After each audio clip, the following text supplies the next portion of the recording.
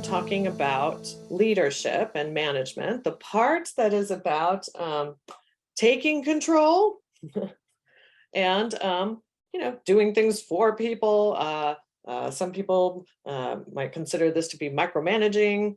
It's the part where you got to do a lot versus giving control, versus when you can really rely on others, other leaders, and your team to actually get things done well without you having to step in and do any of it, or watch them closely, or catch their mistakes, etc.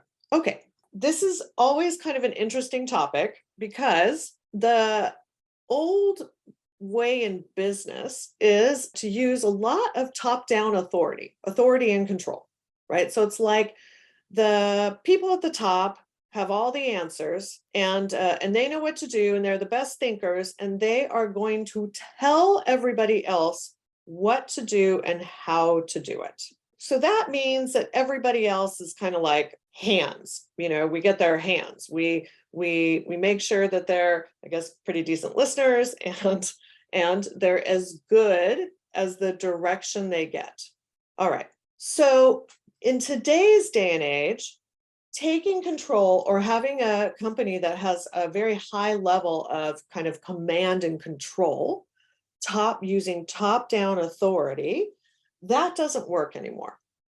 Because the biggest reason why it doesn't work anymore is because the external environment changes too fast. Where it used to be, that you could have like an industrial mogul who could, think of how to do a country of, trains, railways, or something. You could have a few smart guys figure it all out.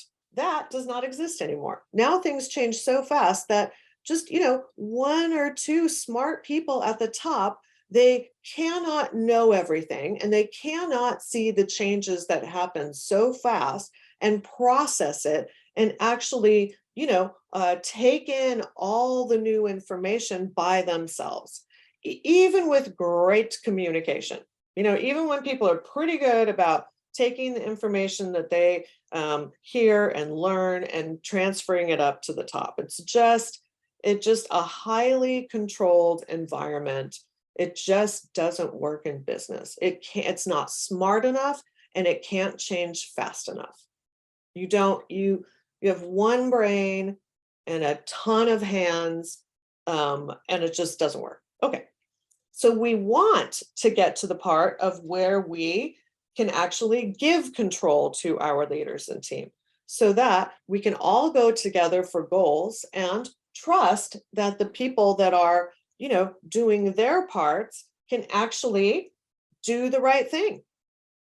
And when I say give control, what I mean is that you have people who are highly effective for full responsibilities for outcomes.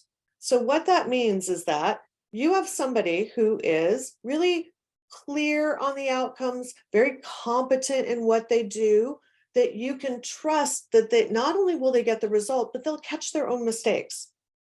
They will come to you and tell you if something has changed and they can't achieve the goal. You can trust that they will have really good judgment for if something got planned that's not going to go well, that they can make the right changes and decisions for how to get it back on track without messing up the rest of the company, right? Or without messing up the rest of the goals.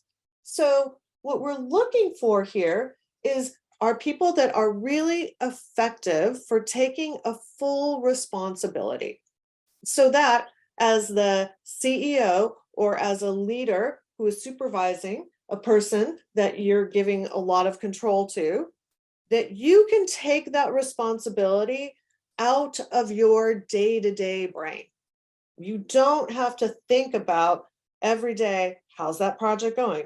Is that person going to get the results? You know that they're either going to get the result, or they're going to come to you super early with what's changed, and you guys are going to work together to come up with a new plan. Okay, making sense? Make sense? That's when you give control. The issue becomes that so many of us leaders who have grown up in a world that really was top-down authority and have grown up in a system, really an educational system, that did not give us a lot of control. Okay. We tend to think that this is binary, that you either take control or you let somebody completely do whatever they want. Okay. So in business, that doesn't work. And certainly, I have met so many leaders and team members who are like, I have a boss and they are way too controlling and micromanaging, and they have to just stop it. They have to just, let go, just let go, let us do it. Okay. So, the reason that they don't do that is because if they just do that without the process that comes in between here, what happens is the results don't turn out, because people actually need to be ready to take on all that control, to take on the responsibility of getting the result. Okay, so the things that come in between, that's the important part, because that I feel very strongly that most leaders, they don't really understand, especially in today's day and age when emotional intelligence is very much valued, where people care about the environment, where a highly controlling, very highly critical, micromanaging environment is considered totally toxic, right? It kind of is very hard to perform when you're being controlled to, to the nano level. Okay, so what we want though is an environment where we train and develop people to get to giving them control. So to do that, what we have to know first is, where are people? Where are they in their level of competence, in their level of ability, in their level of able to take responsibility, right? So the first level is when people are, usually they're new or training. That means that when people are new, or maybe they've even switched roles, or they have something new that's come into their role, it's like we have to train them. We have to train them until they're a certain level of competence. And this training, and think of it as training and teaching, right? Very hands-on. Train, teach, very hands-on. This is when you don't leave people alone. You are pretty darn controlling because they need to learn. They don't know, they don't have good judgment yet. This is when you are doing a lot of things side by side. This is when you are doing some explaining. You don't let them just put things out there without a lot of review, without a lot of going through it. Okay, great. So that's the first step. First step. If you have somebody that is not new and knows, a good amount of things about their role or their responsibilities, the next level is that you need to coach and support. Okay, coach and support. I think of this also as kind of you're going to supervise them pretty strongly, because they're not new or training. They got a lot of stuff. Okay. However, at the second level, they aren't able to catch their own mistakes. They aren't able to handle something going different than they were taught. They don't have enough experience to engage a level of critical thinking where they could, figure out what to do when there's a change or when something goes very differently than planned.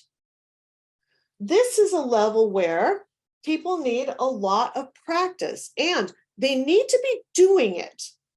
Here, you're going to do a lot of things side by side. You may even do some things for them. You're going to, be very hands-on. Here, you're not hands-on. We got to have them do it, but you're right with them to coach, to support, to catch the mistakes, to help them learn the new things, right? To help them really get good experience.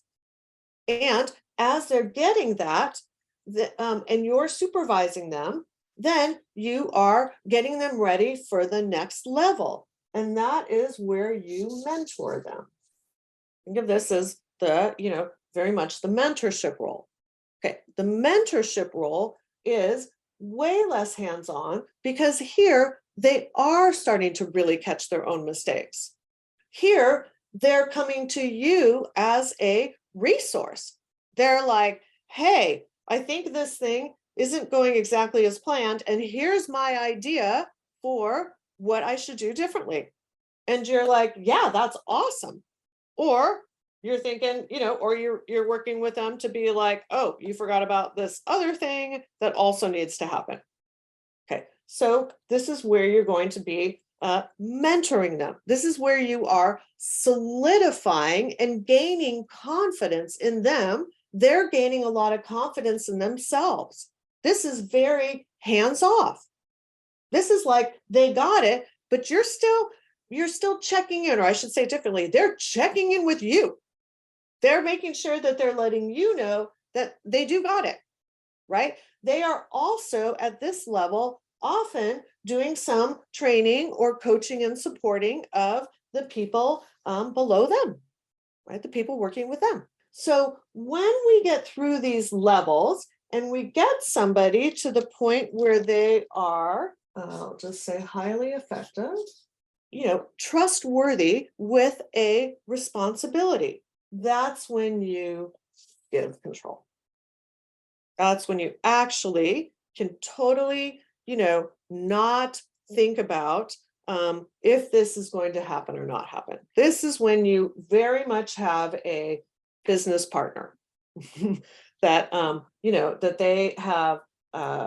they have earned and developed to a level where they're right with you in what they can do. I think the biggest mistake that business leaders make when they're going through this process actually is that they do the new and training part. Sometimes they miss it when people change roles or add new functions. Okay. But where they get to this level of coaching and supporting people, and then at that point, they decide, oh, I think they're ready. I think I can just totally give them control. And then things don't go well. So this getting people from this level, right, to this level requires the mentorship. This is the part that we can't skip. This is the part that we want you to embrace as a real level to develop through so that you get somebody who actually is absolutely rock star and can partner right with you. And that's what I want you to know. It took me more than 10 years to figure out. I think I promoted a lot of people to a highly responsible role that was, and after only kind of coaching them for a bit, I had to learn the hard way. So I want you to know that now. And I hope this was helpful. To learn more about this episode's topic, pick up a copy of my book, The People Part, at your favorite book retailer or at anniehymanpratt.com.